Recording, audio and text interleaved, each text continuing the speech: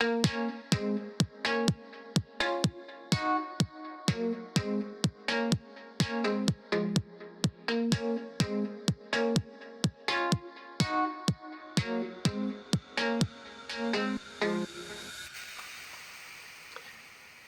and welcome to this presentation. My name is Rudolph Balaz. I'm the Director and General Manager of Game Engineering for Intel Corporation.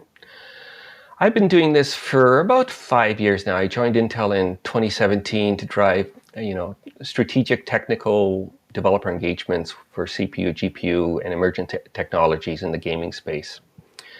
My organization is responsible for helping game developers maximize the gaming experience on the PC platform. Now, before Intel, I worked at Microsoft for over 25 years, a really long time, on various technologies ranging from crypto, security tools, performance, and many things like that. And I think 12 or 13 of those years were in the Windows group working on DirectX, graphics, displays, the Windows driver model stack. A lot of things that have, relationship and importance to game developers.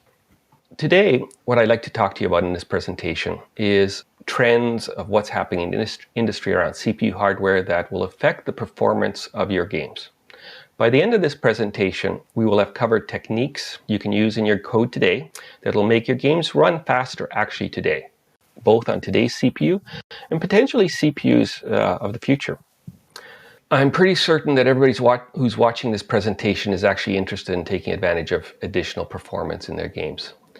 And the topics we will touch on today will give you insights into factors affecting performance that you likely haven't thought about before. I'll start this presentation by talking a little bit about context. We'll move into a brief discussion of how games interact with the hardware and then what you can do in your code about that. At first, we'll start with the big picture. This is probably things that many of you are familiar with, but we'll talk just briefly about that, and I'll make some predictions about the future trends from that. So I'll start by showing this chart, which illustrates how Moore's law has affected things over the years and how we use transistor density and frequency to really drive performance in games and other applications. I'm going to talk about the CPU specifically today, but a lot of this, especially this sort of thing, applies to other types of processes as well. In the early days, what this chart refers to as the megahertz era, the industry was adding complexity and pushing frequency as much as it could with single processors. It did that until we started to hit some physical limits. As the frequency went up, our ability to cool, dissipate the heat, or supply the power actually became limiting factors. So as a result, there was this sort of change in early 2000 where the industry started to add just basically more cores to the CPU or to the processor. With frequency, the gains over time slowed down, partially because of the complexity and partially because of Amdahl's law that limits how much scalability you can have by just adding processors. These things contributed to the limit. Now, I'll point out that this chart, things aren't as neat as this chart might imply, because over even the past few years, Intel has continued to make process and microarchitecture changes that continue to drive frequency higher on modern day processors. And there are some workloads that can inherently scale well with additional cores. Unfortunately, games tend not to be one of those, and I'll talk about that a little later in this presentation. So the leading question here is, what's going to happen next, and what's the trend in the industry? What will happen with processors over the next little while? That's where we enter this third era that currently is labeled, the architecture era. We're going to try and use the architecture of the microprocessors to try and address some of these issues. Think about it this way. If you build very specific silicon for very specific tasks, you can be super efficient at it. You can make it faster. So like the CPU, for example, it's great for scalar operations. We've started on some of our processors to put on specific circuitry around AI. The GPU has also been on the Intel processor die for a long time. And, while there is some overlap between these various components, they are, pieces of silicon that have been very specifically designed for a use case. And that trend, I think, is really going to continue in the future. And we're going to get more and more specialization or changes in even those broad bucket components.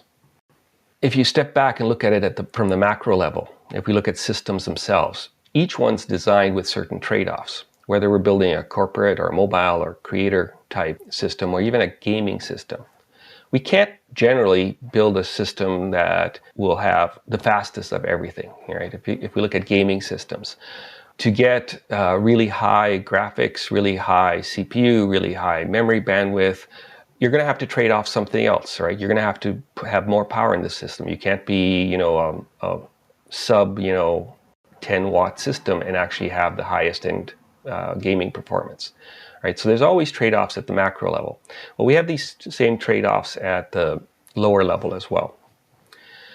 Because of the choices made even here at the system design level, game developers sometimes have to struggle in terms of trying to deliver the experience they want to have or what the gamers are expecting. But what if we could actually address some of this with architectural solutions? What if we could do things in the architecture that made the system be able to cover a larger set of scenarios or use cases? To better understand what I mean by this, let's first talk about performance variability. Anyone who's written a game understands that there are multiple factors that potentially affect the variability of the game even before we start talking about hardware specifics.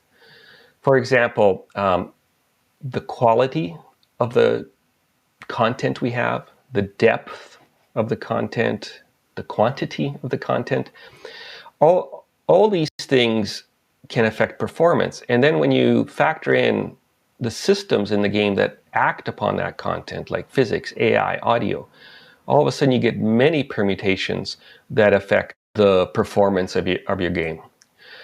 In general, the developer community has become really good at understanding these trade-offs, because we plan for it, we budget for it, we will create more complex content in some areas, less complex content in other areas. But for gaming on the PC, there are other factors that affect performance as well that cause variability, and that's the hardware and the OS itself. These are things I'm going to talk about next. I'll start talking first about frequency, since it's easy to see how that impacts the performance of most games. Most people are familiar with Turbo or Turbo Boost, as it's called. It's been on processors for a long time. It really helps take single-threaded workloads and make them really fast. Turbo Boost Max 3 has been available on some of the workstation parts and is now available on consumer parts as well, which actually takes advantage of some manufacturing process things that happen. Some CPUs on a piece of silicon wafer will wind up being manufactured faster just by the natural way the manufacturing process works. The latest OS can actually communicate with the processors and understand which one is the fastest and take advantage of that. And it will allow those processors to run a little faster. So if your system has Turbo Max 3, you'll actually have a couple of cores that are noticeably faster than the rest of the cores on that package. Adaptive Boost is new in our latest processors. This is a feature that is the result of much analysis from Intel trying to deeply understand how games work. The key here is that we realize that not all threads are equally busy in a game. There's going to be some that are really busy, some that are medium busy, and some that are not that busy. And by allowing the turbo speed or the frequency to vary across all of the processors at the same time, we can actually get a significant boost. And then overclocking, we've all seen over the years, you can get some interesting frequency boosts with that. The faster we can run a system or the more we cool it, the better.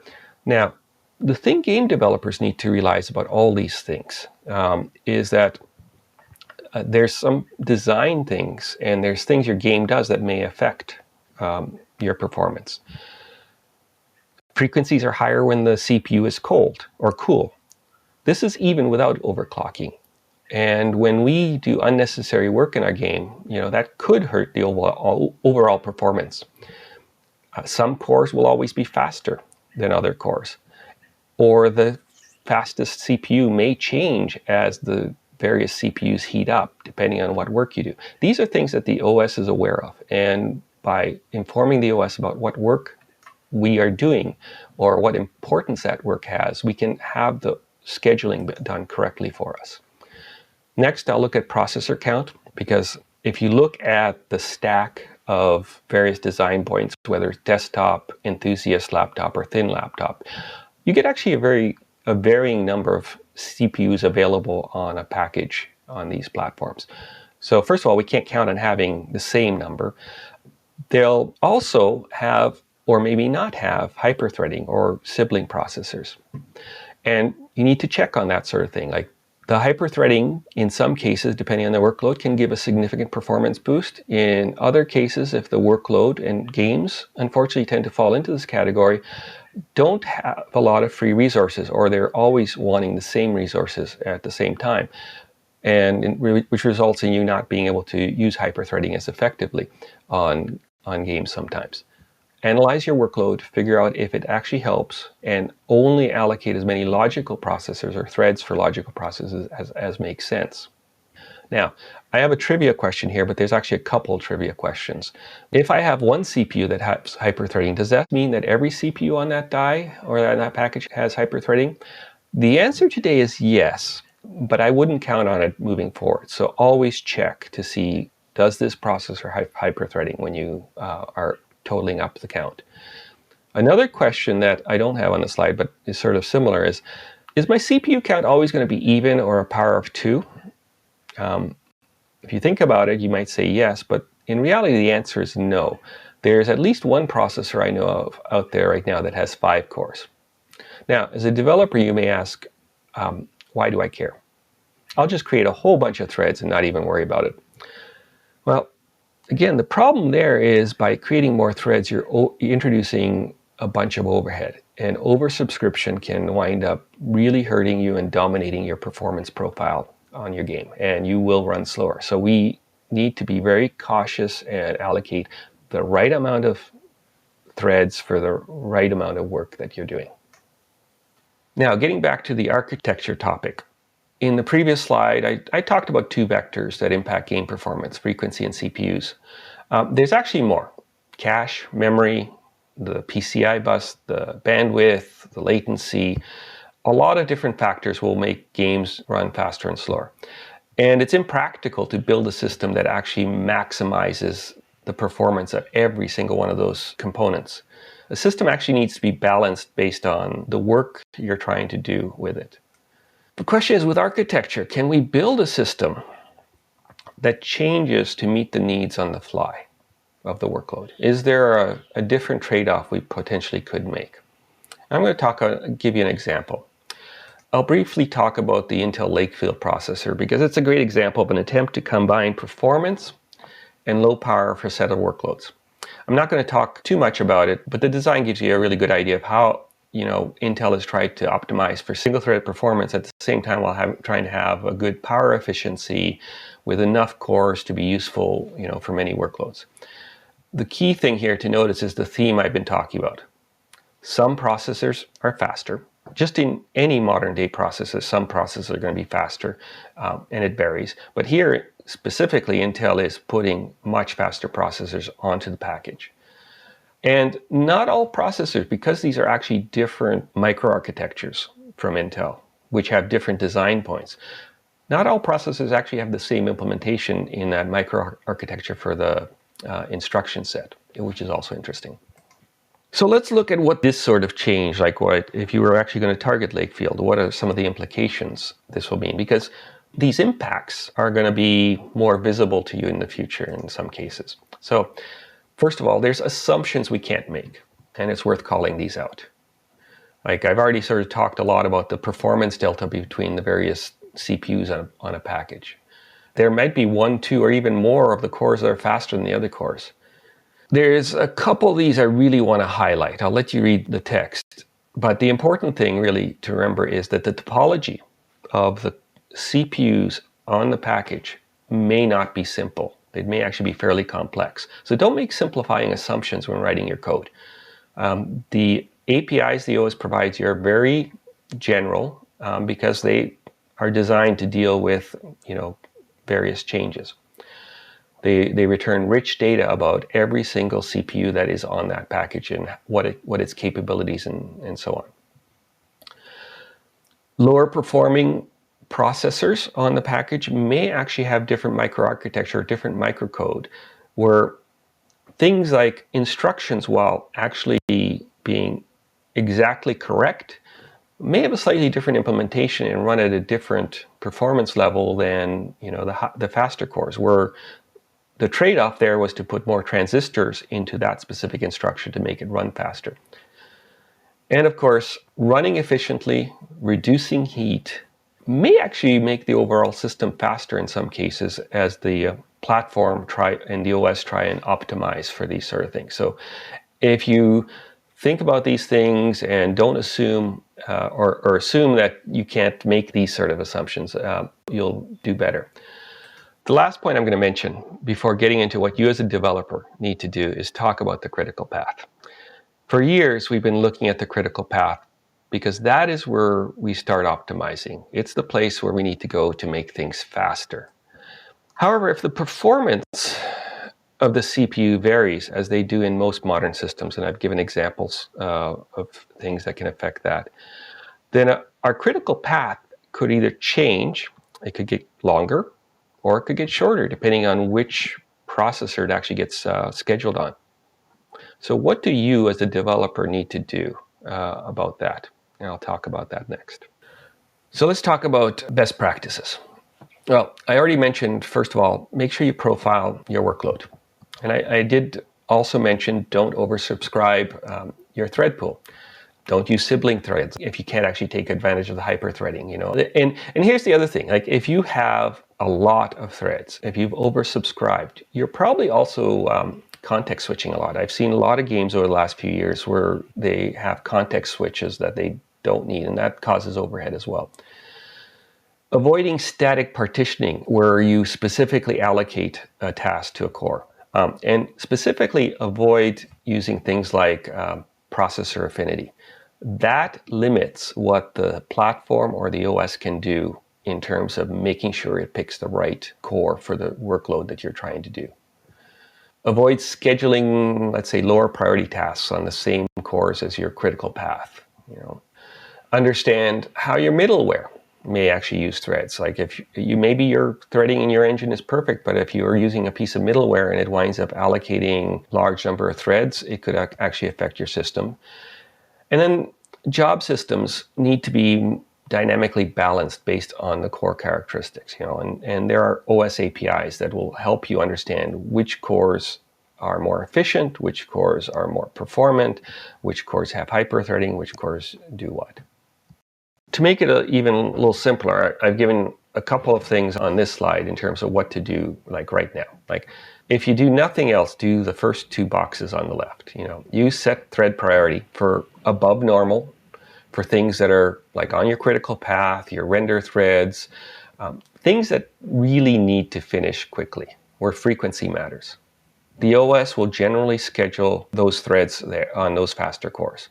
And then use set thread priority below normal for work that is secondary, that can wait, or is really async in some cases.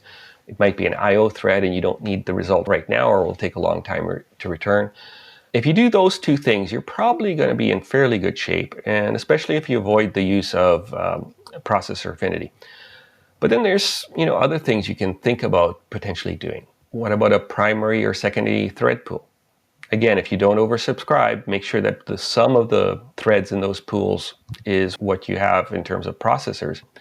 Decouple some of the asynchronous workflows, like maybe shader compilation or audio mixing or something, and put them onto background threads or threads that are in that second category. Look at what else you can do.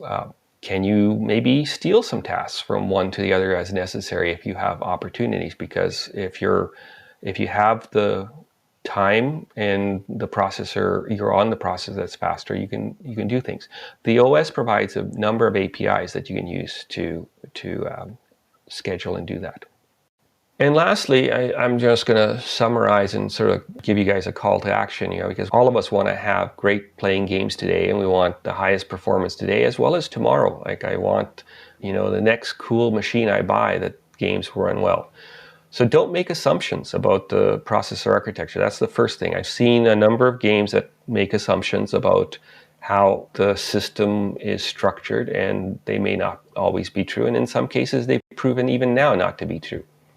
Go take advantage of the fact that some of the cores are faster. Look at your work that's in your game, because you have work that's longer. Like the render thread generally tends to be a thread that's really busy on games, or some others.